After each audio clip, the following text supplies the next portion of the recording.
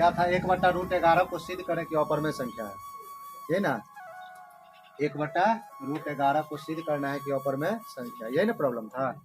माना कि 1/√11 परमेय संख्या है, उल्टा मान लेते हैं तो परमेय नहीं होगा तो क्या हो जाएगा, अपरमेय ना, यही ना। पहले परमेय मानते हैं, परमेय नहीं होगा तो क्या हो जाएगा, अपरमेय, क्योंकि बताए थे कि उल्टा मानते हैं। मान लीजिए बोल रहा है कि चीनी मीठा होता है तो उसको क्या करते हैं हम लोग, क्या मानते हैं, जब शुरू में जो स्टूडेंट होगा उसको पता होगा, बताए थे कि क्या मान लेंगे, चीनी क्या होता है, नमकीन होता है ना। अब थोड़ा सा चीनी रख देंगे नीचे में, अब नीचे में जब चीनी रख देंगे अगर वो उस पे क्या जाएगा, चीटी जाएगा, तो चीटी वहीं जाता है जहाँ क्या हो, मीठा हो। कितना भी बढ़िया आइटम बना दीजिए, अगर मीठा नहीं है तो चीटी नहीं जाएगा। तो इसका मतलब सिद्ध हो गया कि चीनी क्या है। तो इसको इसी तरह से पहले हम लोग मान लेते हैं, माना कि 1/√11 क्या है।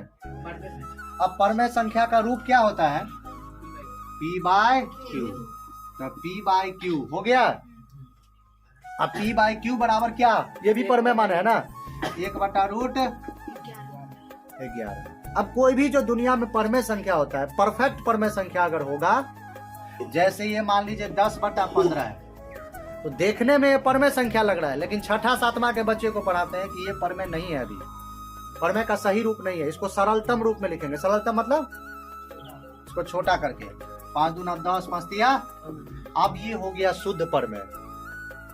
क्या हो गया ये, अब इससे पहले ये अशुद्ध था, समझ गए, सरलतम रूप में नहीं था। और कोई भी परमेय संख्या अगर सरलतम रूप में है तो उसका मौसौ कितना होता है पता है, नहीं होगा मौसौ 1।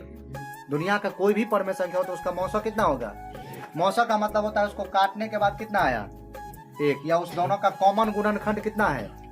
मौसौ का क्या मतलब होता है, मौसौ का मतलब आप लोग अभी तक समझते हैं, नहीं समझते हैं तो समझिए। जैसे 4 और 8 है, इसका मौसौ 4 का क्या मतलब हुआ कि 4 एक ऐसा संख्या है जो 4 को भी काट देता है और 8 को भी काट देता है, मौसौ का ये मतलब होता है। इसके बाद कोई ऐसा संख्या नहीं है, 2 है लेकिन 2 का महत्व नहीं रहा, क्योंकि 2 से बड़ा क्या है, 4 है।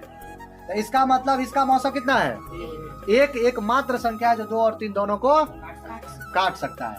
तो इसका मान लेते हैं यहाँ पर, जब ये परमेय है ना जी, तो मानना नहीं, सीधे लिख देंगे। तो P और Q क्या लिख देंगे, P और Q का मौसौ कितना होगा, मौसौ बराबर 1 होना चाहिए। क्या होना चाहिए, 1 होना चाहिए। मौसौ का मतलब क्या, कटने के बाद P/Q का मौसौ कितना होना चाहिए, कटने के बाद कितना होना चाहिए।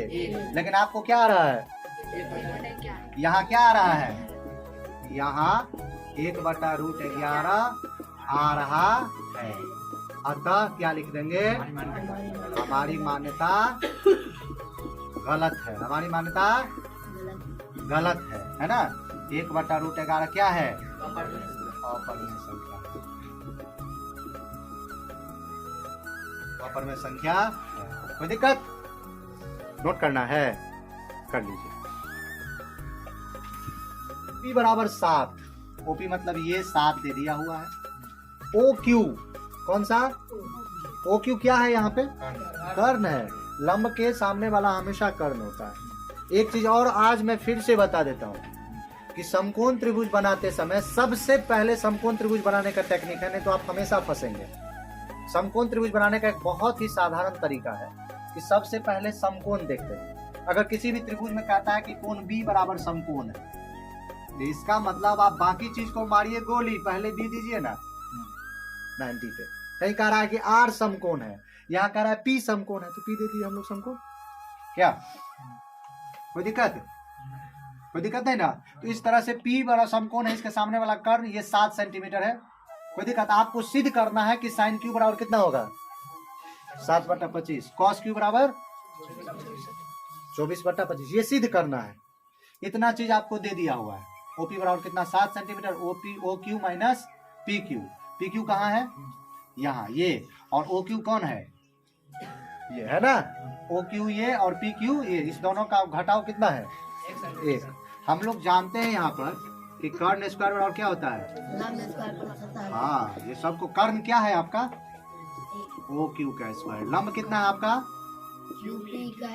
हाँ, आधार कितना है? ओ पी का स्क्वायर पहले दीजिए ना, तब ना साहब। क्या पहले बाबू तब न बेटा? चलिए, ओ क्यू का स्क्वायर रहने दीजिए, पी क्यू का स्क्वायर रहने दीजिए। ओ पी का स्थान पर कितना है? 7 का स्क्वायर। हो गया। अब इस दोनों में से एक को हम लोग हटा सकते हैं, लेकिन हटाने टाइम में हमेशा याद रखेंगे कि हम लोग प्लस में जाएंगे, माइनस में जाएंगे तो दिक्कत होता है, और प्लस में जाएंगे तो सवाल, माइनस में भी आप बना सकते हैं, लेकिन प्लस में जाने में क्या होता है? सुविधा होता है। प्लस में जाने में क्या होता है? सुविधा। तो आइए हम लोग ओ क्यू बराबर क्या लिख सकते हैं? यहाँ पे आइए, 1 प्लस पी क्यू लिख सकते हैं, लिख सकते हैं ना। यहाँ क्या करेंगे हम लोग? ओ क्यू लिख दीजिए। ओ क्यू बराबर कितना है? 1 प्लस पी क्यू। हो गया। अब क्या कीजिए, आप ओ क्यू को हटा दीजिए और क्या लिख दीजिए? 1 प्लस पी क्यू का क्या लिख देंगे? Whole square. P Q square plus कितना? 7 का स्क्वायर सब दिन से 49 होता है, अभी भी 49 होगा। अब a प्लस बी का 1 का स्क्वायर, 2 गुने 1 गुने कितना?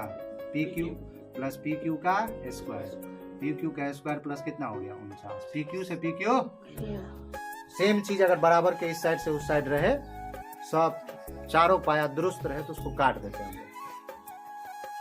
क्या हुआ? चलो, तुम्हारे खुशबू नहीं आई है? ऐसे ही सब के शरीर से यहाँ खुशबू निकल ही रहा है, तो उसके आने की क्या जरूरत है? चलो, 1 का स्क्वायर कितना? 1। 2 पी क्यू बराबर कितना? 49। हो गया। हम आज तक कभी सेंट नहीं मारे। हाँ, कोई अगर फ्री में मार दिया तो मना भी नहीं करते, लेकिन अपना खरीद करके क्या नहीं अच्छा लगता है? क्या अपना इतना महंगा सेंट खरीदे, उसको लगा क्या? क्या बोले? उससे बढ़िया तो महकता रहता है, उससे अच्छा लगता रहता है कि थोड़ा देर में आप पेट्रोल लगा लीजिए, अच्छा टेस्ट आता है उसका।